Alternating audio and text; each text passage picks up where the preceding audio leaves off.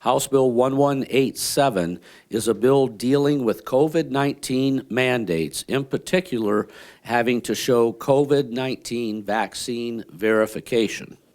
While the emergency is over, I'm being preemptive should something else come up. This bill has a lot of different sections in it. It seems to be kind of an omnibus of sorts.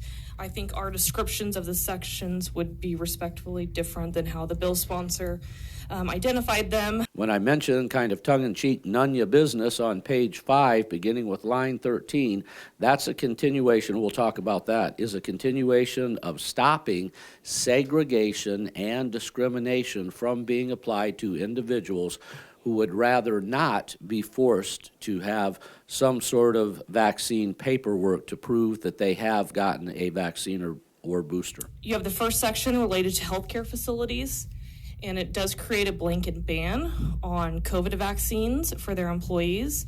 I think effectively that would dismantle our healthcare system, since currently healthcare facilities are under a federal CMS requirement for COVID vaccines, and so this would severely threaten the millions and millions of dollars that our state relies on for our healthcare services that is provided to Missourians, because those funding dollars are predicated on compliance with different CMS requirements. Mr. Chair, committee members, House Bill 1187 shows that big business, local governments, and et cetera, have used the very idea of a pandemic to become a governing body themselves.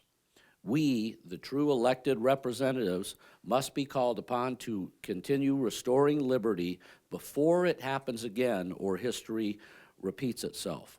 You have the section on employers, which is a complete ban on employers from requiring COVID vaccines.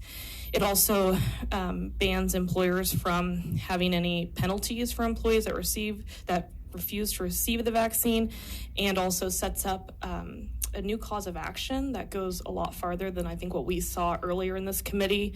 Not only is it a new cause of action, but includes back pay, and so I think this would have a job-crushing, job-killing effect on our businesses. Yes, this was more pertinent last year and the year before, but if this crops up, whether it be COVID-19 again, COVID-20, COVID-21, COVID-32, whatever's coming down the pipe, we need to be ready as a state and allow our citizens the freedom to move about as they please, to congregate with whom they would, to attend events and so forth without having to show an ID or vaccination status to gain either employment or entrance to a facility. So again, we go back to let business decide.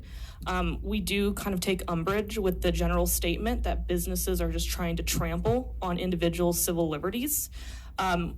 Businesses are trying to protect and support their employees. They really believe employees are their greatest assets.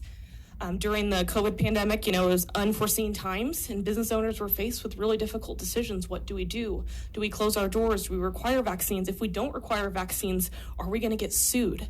And so I really do not believe businesses should be villainized in this debate. Businesses also have rights as well.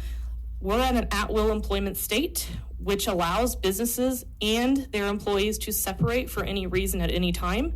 We think this bill is a huge break from our at-will employment state, and generally a break from our free enterprise system as well.